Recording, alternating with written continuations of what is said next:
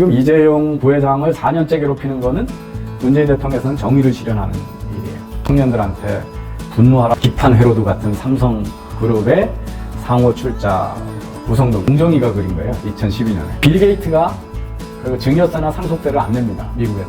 우버가 창업 단계 10년 동안 외부 자본이 30조가 들어갔거든요. 쿠팡이 지금 기업 가치가 10조로 보고 있는. 그 다음에 이제 피라미드 출자 구조, 우리나라에 계열사가 계열사한테 투자하고 이게 예외고, 미국 모양 소유와 경영이 분리된 기업이 정상인가 하는 의문입니다. 이 문재인 대통령이 우리 재벌을 이렇게 이해하고 있습니다. 재벌 총수 일가는 분식회계, 비자금 조성, 세무 탈루, 사익 편취 등 수많은 기업 범죄의 몸통이었다, 이렇게 얘기를 합니다. 그러니까 지금 이재용 부회장을 4년째 괴롭히는 거는 문재인 대통령에서는 정의를 실현하는 일이에요. 자기가 생각하는 새로운 한국을 실현하는 일이고, 이 재벌 개혁만이 새로운 세상, 자기가 말하는 주류가 바뀐 새로운 세상의 적폐를 해소하고 이 정의를 실현하는 거라고 굳게 믿는 사람인 거죠. 그러면서 이제 장하성 전 정책실장이 청년들한테 분노하라 그러면서 보여주는 게 저쪽에 기판 회로도 같은 삼성그룹의 상호 출자 구성도입니다. 이게 공정위가 그린 거예요. 2012년에.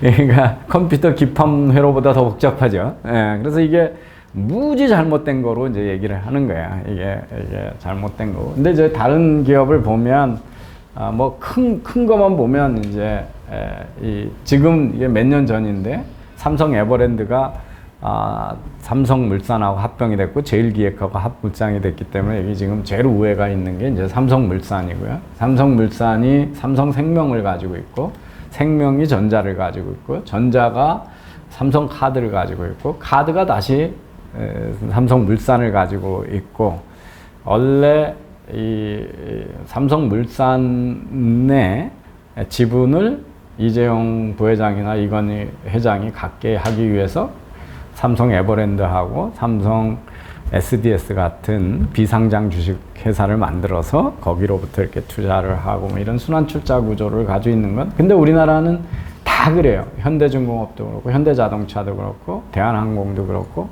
LG도 똑같은 구도였는데 최근에 지주회사 체제로 전환을 했고요. SK그룹도 똑같은 체제였는데 SK CNC라고 하는 비상장 주식회사하고 주 SK를 합병을 하면서 최태원 회장의 지분이 한 28%로 늘어났었거든요. 그래서 지금 삼성이 했던 거하고 똑같은 방식으로 다 비상장 주식 만들어서 전환사채 발행하고 인수합병을 통해서 낮은 지분을 늘려잡으면서 지주회사로 전환한 형태로 이게 피라미드 구조로 되어 있습니다. 그러면 다른 나라에 이제 있는 다국적 기업의 지배 구조가 어떤 게를 본가, 이게 맥킨지가 조사한 거 보면 저 중간에 이제 짙은 색이 소위 패밀리가 가문이 지배하는 건데요. 보면 여기 지금 가문 지배가 상당히 적은 나라가 이제 일본으로 나와 있고요. 그런데 상장 기업은 그러면 다 가족이 지배하는 기업이 아니냐 그러면 맨 이쪽에 보면 이제 가족이 지배하는 재벌 그룹 중에 60%는 상장 기업이고 40%는 비상장 기업이거든요. 그래서 상장 기업도 여전히 전 세계적으로 패밀리들이 지배하고 있다는 걸 보실 수가 있습니다. 이게 좀 표가 너무 작아서 그런데요. 자꾸 여기 이제 어떤 기업들, 큰 27개국 선진국의 제일 큰 기업 20개만 가지고, 이 중에 가족이 차지하는 비중이 얼마가 되냐. 이게 좀 오래된 데이터인데요. 여기 보시면 이 전 세계에서 제일 큰 경제 27개 경제에 이 20대 제일 큰 기업을 보면 30%가 재벌 기업입니다. 가족이 소유한 기업인데 그 당시 통계로는 한국은 20%예요. 그러니까 전 세계 평균보다 적어요. 그럼 여기에 이제 분산되지 않고 소수가 통제하는 소위 경영권을 갖는 지배주주가 있느냐. 그게 전체의 한 70%가 다 지배주주가 있어요. 소유가 완전히 분산돼서 누가 지배하는 거지 없는 그런 기업은 그렇게 많지 않은데 우리나라가 한 75% 정도 돼서 지배주주가 있고요. 그러면 이런 기업들은 전 세계 이 27개국의 기업들 중에 피라미드 구조로 계열사가 계열사 투자하고 이런 우리 같은 수직 계열화된 그 구조를 갖고 있는 거가 한 30% 정도 됩니다. 근데 이제 나라에 따라 많이 다른데요. 뉴질랜드가 한 40% 되고요. 홍콩은 50% 정도 되고요. 싱가포르는 67%입니다. 우리보다 훨씬 높고요. 스웨덴도 78%고 스위스 100%예요. 스위스 기업도 다 수직 계열로 창업이 되어 있습니다. 그래서 우리가 막 선망하는 북구 유럽이 우리보다 훨씬 더 수직 계열화나 상호 출자 비중이 높습니다. 그래서 45개국의 상장회사 전체를 봐도 비슷합니다. 구조는 다 비슷하고요. 이게 이제 소위 이탈리아 앙넬리 가문이 피아트 자동차하고 아까 엑소라고 하는 네덜란드에 있는 기업을 지배하는 건데 보시면 저 디셈버라고 하는 게 지주회사, 가문의 지주회사인데 지주회사가 31%를 갖고 그 밑에 또 지오바니 앙넬리라고 하는 유한회사를 만들어서 그 회사가 다시 IFI에다가 53%를 갖고 그 밑에 IFIL이 다시 65%를 갖고 그 IFIL이 다시 30%의 피아트 지분을 갖는 식으로 수직으로 쭉 가지고 있거든요. 예. 그래서 수직으로 가지고 있으면 이제 좋은 게 저 맨 위에 모 회사가 그 다음 거만 지배를 하면 계속 다 지배를 할 수가 있거든요. 예. 그래서 이런 수직 계열화를 합니다. 여기 여성들이 좋아하는 루이비통이 대표적으로 수직 계열에다가 순환 출자 구조로 막 얽혀 있는 구조입니다. 근데 이 중에 상당 부분은 또 그 가문이 가지고 있는 재단이에요. 그러니까 우리 빌 게이트가 그 증여세나 상속세를 안 냅니다. 미국에서. 미국에서 자식들한테 상속세가 증여세가 면제되는 돈만큼만 주고 나머지 재산은 재단에다 집어넣으면 비영리 재단에 넣는 경우에 기부한 거기 때문에 그 상속세를 하나도 안 내거든요. 근데 그 재단이 주식을 가지고 있으면 계속 마이크로소프트를 지배할 수 있어요. 미국의 법은. 그런데 우리는 그게 불법입니다. 우리는 비영리 단체나 기관이 5% 이상의 영리 회사의 주식을 가지고 있으면 그걸 다 증여로 해가지고 증여세를 60%인가를 내야 되고 의결권을 인정 못 받습니다. 그래서 비영리 재단에 의한 지배도, 그러니까 포드 같이, 포드가 포드 재단 만들어 가지고 후손들이 거기서 가지고 하는 그런 구조나 이런 것들이, 그 다음에 발렌시아 집안들 다 그렇게 지배하는데 우리나라에서는 불가능합니다. 왜 이렇게 피라미드 구조를 만드는가에 대한 근본 원인을 알 필요가 있는데요. 만약에 계산을 한번 해보시면요. 대주주가 회사 A의 지분을 20% 가지고 있어요. 20%면 큰 회사면 워낙 높은 지분율이기 때문에 자기 마음대로 결정할 수 있거든요. 그런데 거기다가 계열사를, 자회사를, 회사 B를 만들어서 51% 지분을 가지고 있으면 만약에 회사 A가 회사 B의 51% 지분을 가지고 있으면 100% 컨트롤 할 수 있잖아요. 근데 이 51% 지분을 갖는데 100원이 필요하다고 가정을 하면 첫 번째는 대주주가 회사 A를 가지고 있고 회사 A가 버는 돈을 가지고 자기 돈을 안 넣고 여기서 100원을 가지고 투자를 해서 회사 B를 만들어서 돈을 계속 벌게 하는 방법이죠. 예, 그러면 자본이 필요 없어요. 그죠? 회사 A의 걸 투자를 했으니까 회사 A에서 배당을 덜 받는 것밖에 자기가 투여하는 게 없어요. 그런데 그렇지 않고 자기 돈으로 회사 B를 옆으로 자기가 대주주가 하나 만든다고 치면 이제 이거 만드는데 100이라는 돈이 필요하면 자기 돈이 100이 있든지 아니면 회사에서 100만큼 배당을 받아서 여기다 투자를 해야 되겠죠. 근데 회사 A는 얼마를 배당을 해야 되냐면 대주주가 100을 마련하려면 20% 지분밖에 없으니까 사실은 500원을 배당을 해야 되잖아요. 예, 그 중에 20%만 내도니까. 근데 그렇게 배당을 받으면 대주주 A는 이게 소득이 돼버려가지고 종합소득 쓰려면 반을 정부가 가져가거든요. 그러니까 얼마를 배당해야 되냐면 1,000을 배당을 해야 되는 거예요. 그러니까 1,000을 배당을 해야 나한테 200이 돌아오고 200 중에 100은 정부가 띄어가고 그 100으로 이걸 해야 되는 거죠. 그러니까 이건 회사가 뭐 어마어마한 돈을 벌기 전에는 불가능한 거고 대주주는 그렇게 하는 게 현명한 게 아니죠. 그래서 외부 자본이 없는 사회에서는 이 큰 돈 들어서 회사를 만들면서 자기가 경영권을 계속 가져가려면 계열사로 통해서 하는 게 가장 합리적인 투자 방법이라는 거죠. 그래서 우리나라가 왜 모든 재벌이 이렇게 만들어졌냐 하면 이 수직 계열사 피라미드를 가지는 전 세계적으로 공통적인 이유는 하나는 기업을 항구적으로 지배하려면 자기가 만드는 회사마다 자기가 일대 주주가 되기에는 불가능하니까 돈이 없으니까 계열사를 통해서 지배하면은 경영권을 보호받을 수 있기 때문에 이게 다른 경영권 보호수단이 없기 때문에 그렇거든요.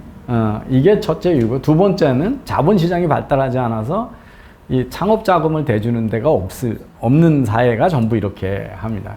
근데 당연히 60년대, 70년대 우리나라에서 무슨 벤처 캐피탈이 있거나 지금도 인베스트먼트 뱅크가 없잖아요. 투자은행이 없는 상황이잖아요. 그러니까 지금 이제 엔젤 투자 조금씩 생기고 벤처 캐피탈 생겼는데 과거에는 이게 전무했기 때문에 그리고 이자율이 대출 이자율이 10% 20% 되던 때서 은행에서도 창업 자금은 대주지 않기 때문에 그래서 자본시장 때문에 우리나라에서 다 수직 계열화 됐다라고 하는 거죠. 그 왜 미국하고 영국은 안 그러냐 이거를 좀 이해하셔야 되는데 미국하고 영국이 그 같은 유럽에서도 보시면 이게 유통산업인데요. 짙은 색은 그 50%의 주식이 다 상장돼서 거래되는 거고 회색은 50% 이하의 부분적인 지분이 거래되고 흰색은 비상장 회사거든요. 근데 맨 이쪽이 미국이고 가운데가 프랑스고 제로 이쪽이 독일이에요. 보면 미국의 유통회사들은 다 상장회사인데 프랑스하고 독일은 상장회사가 거의 없어요. 이게 왜 그러냐면 미국에서는 이 치열한 유통회사의 그 큰 시장, 미국 전체에서 규모가 있어야 미국하고 캐나다 시장을 다 커버하려면 어마어마한 자본력이 필요한데 그러려면 외부에서 투자 자본을 받아야 되거든요. 그래서 투자은행이나 벤처캐피탈의 투자를 받아야 되기 때문에 소수가 지분을 가질 수가 없는 거예요. 경영권을 가질 수가 없는 거예요. 근데 프랑스와 독일만 해도 작은 나라이기 때문에 큰 자본이 필요 없어도 1, 2등 기업은 장사를 해 먹을 수 있기 때문에 그래서 이제 큰 시장에서 살아남으려면 그러니까 인도나 중국이나 미국이나 이런 데서는 이 거대한 자본이 필요하고 외부 자본이 투입돼야 되고 그러면 이제 보통 실리콘밸리에서 벤처 캐피탈이 이 아이디어 단계에서 창업자의 지분은 100%잖아요. 근데 기업 가치는 제로거든요. 사실 아직 매출도 없고 아이디어 뿐이니까. 근데 이제 창업 단계 시드 펀드를 받으면 보통 벤처 캐피탈이 투자해주면서 네 자산 가치가 얼마다 그래놓고 보통은 한 100억 단위로 요새 투입 10억 못해도 몇십억에서 몇백억을 투여해주거든요. 그러면 자기 지분은 30%로 줄어버려요. 그리고 벤처 캐피탈 회사 지분이 70%가 돼버리는 거죠. 그렇지만 기업 가치는 제로에서 이제 30만 불로 뛰기 때문에 그러면 그거의 30%라고 해도 내 자산이 9만 불이 되는 거죠. 그래서 이제 상장 단계에 되면 여기에 투입되는 돈이 이제 어마어마하게 많아져 가지고 자기 지분은 17% 정도로 줄어들고 외부 자본이 83%를 갖게 되는데 그때 기업 가치가 못해도 한 4억 불, 그러니까 우리로 얘기하면 5천억 이상으로 돼야 미국에서 상장 이런 얘기를 하거든요. 그거에 17%라고 해도 자기는 이제 7억 이상의 자산이 생기는 거죠. 이렇게 해서 그런 이유 때문에 이제 그런데 이 보시면 희석될 수밖에 없는 게 우버가 창업 단계 10년 동안 외부 자본이 30조가 들어갔거든요. 그러니까 벤처 캐피탈 회사하고 인베스트먼트 뱅커가 30조를 여기다 투입을 한 거예요. 그러니까 창업자 지분은 계속 줄어들 수밖에 없잖아요. 우리나라에 돈 없이 금방 억만장자 된 사람이 쿠팡 창업자거든요. 쿠팡이 지금 기업 가치가 10조로 보고 있는 10 빌리언이니까 요즘으로 하면 12조거든요. 12조인데 그 손정희하고 야후 여기서 한 4조 때려는 거거든요. 그러니까 당연히 창업자의 지분은 줄어들게 되는 거죠. 그래서 이런 그 큰 자본이 필요하고 자본 시장이 발달한 나라에서는 지분이 희석이 되는 거죠. 그럼 왜 이들이 창업해놓고 이 대주주들이 상장할 때 다 팔아치우고 경영을 안 하냐? 이게 이제 그죠. 우리는 한 번 만들어 놓고 대를 이어서 자기가 계속 경영을 하잖아요. 근데 벤처 캐피탈들이 왜 안 그러냐 그러면 이 벤처 캐피탈들의 수익률을 보시면 돼요. 손정희 회장이 알리바바에다 투자해가지고 2년 반 투자해가지고 260배 남았거든요. 야후가 다 망했거든요. 야후가 다 망했는데 손정희 회장이 야후 재팬을 운영하고 있었잖아요. 그러면서 알리바바에 투자할 땐 니들도 투자해가지고 꼬셔가지고 지금 야후를 그 버라이전인가 거기 그 야후의 검색 엔진 인터넷 사업은 띄어가지고 최근에 한 4억 불 정도에 4천억에다가 팔아치웠거든요. 야후가 다 망했어요. 그런데 야후가 페이퍼 컴퍼니로 남아있는 게 뭐냐면 알리바바 주식만 가지고 있는 페이퍼 컴퍼니가 남아있어요. 그게 한 45조 정도가 있어요. 알리바바 주식으로만 그 투자해가지고. 그래서 이 회사들은 여기에 보면은 그 텐센트에 투자했던 사람들은 2,500배를 남겨먹었어요. 벤처 캐피탈들이 텐센트 상장하면서. 2,500배 남겨먹으면 이들이 하는 일은 뭐냐면 이 돈 빨리 빼가지고 이런 거 다른데 다시 투자하는 게 100번 낫죠. 이미 상장된 회사는 아무리 노력해봐야 주가 별로 안 올라가잖아요.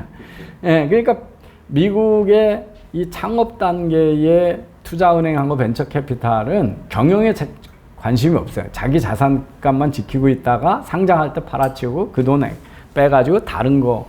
이게 260배가 되면 100개 투자해가지고 2개만 건져도 시장의 기대 수익률보다 훨씬 높잖아요. 2배가 되니까. 그렇죠? 예, 그래서 이 자본시장 논리가 미국하고 실리콘밸리는 그렇다는 거고요. 그래서 이제 그 우리나라의 그 피라미드 구조, 계열사에 의한 순환출자 구조는 왜 있는 거냐 보면 우리나라에 우선은 그 자본시장이 없었기 때문에 발생한 현상이다 하는 거고, 그리고 그 덕에 우리나라가 많은 기업이 만들어졌다는 거죠. 그거가 없었으면 우리나라는 기업이 탄생하지 못했다는 거죠. 그러면 경제발전은 안 됐던 거고요.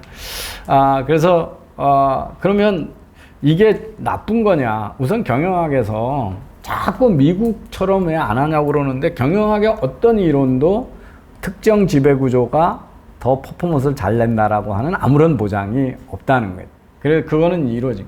그러니까 일본에 재벌이 없는데, 일본이 법을 꺼지고 나서 어떤 일이 일어나냐면, 일본은 은행들이 기업을 여러 개 가지고 있거든요. 그래서 같은 은행들의 연합체가 여러 개 그 산업을 다 공동 소유하고 있기 때문에 그 공동 소유한 기업들이 게이레츠예요. 근데 회사가 망해가는데도 지가 지분을 가지고 있으니까 은행이 계속 돈 대준 게 일본 경제를 좀비화 해서 망한 거거든요. 이제 미국의 경영 체제는 그럼 우리나라의 재벌 주인 있는 기업보다 훌륭하냐? 그러면 왜 미국의 엔론 사태나 MCI 같은 대규모 회계 부정이 일어나느냐 하는 것도 있고요.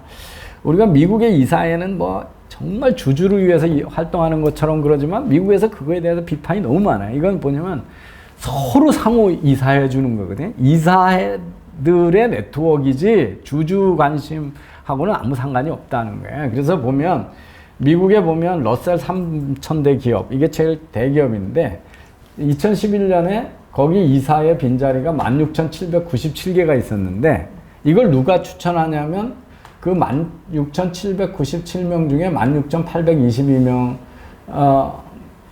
후보 중에 이 자리를 필요해서 16,822명이 후보인데 그 중에 16,797명이 기존 이사회에서 추천한 거예요. 친구 추천한 거예요. 서로.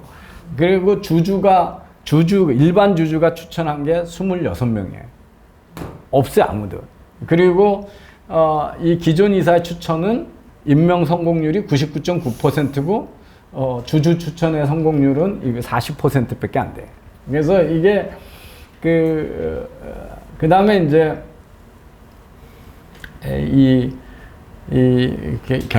이런 지배구조 연구한 사람이 미국의 학자가, 미국입니다.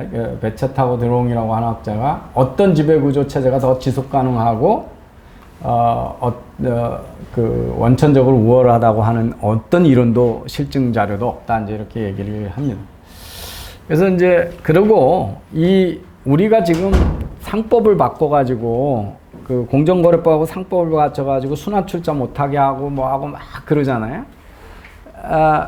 그 일본도 왜 게이레이츠가 생겼냐 그러면 재벌한테 지분을 팔으라고 그래가지고 팔고 나니까 그러면 소수 지분을 사는 벌처 캐피탈이나 이런 투자자들이 경영권을 뺏기려고 와가지고 막 블랙메일을 해요. 내가 너 지분 사가지고 흔들 거야. 그러니까 배당 많이 해줘. 아니면 내 지분을 비싸게 사줘. 이래가지고 이제 그린메일이라고 그러거든요.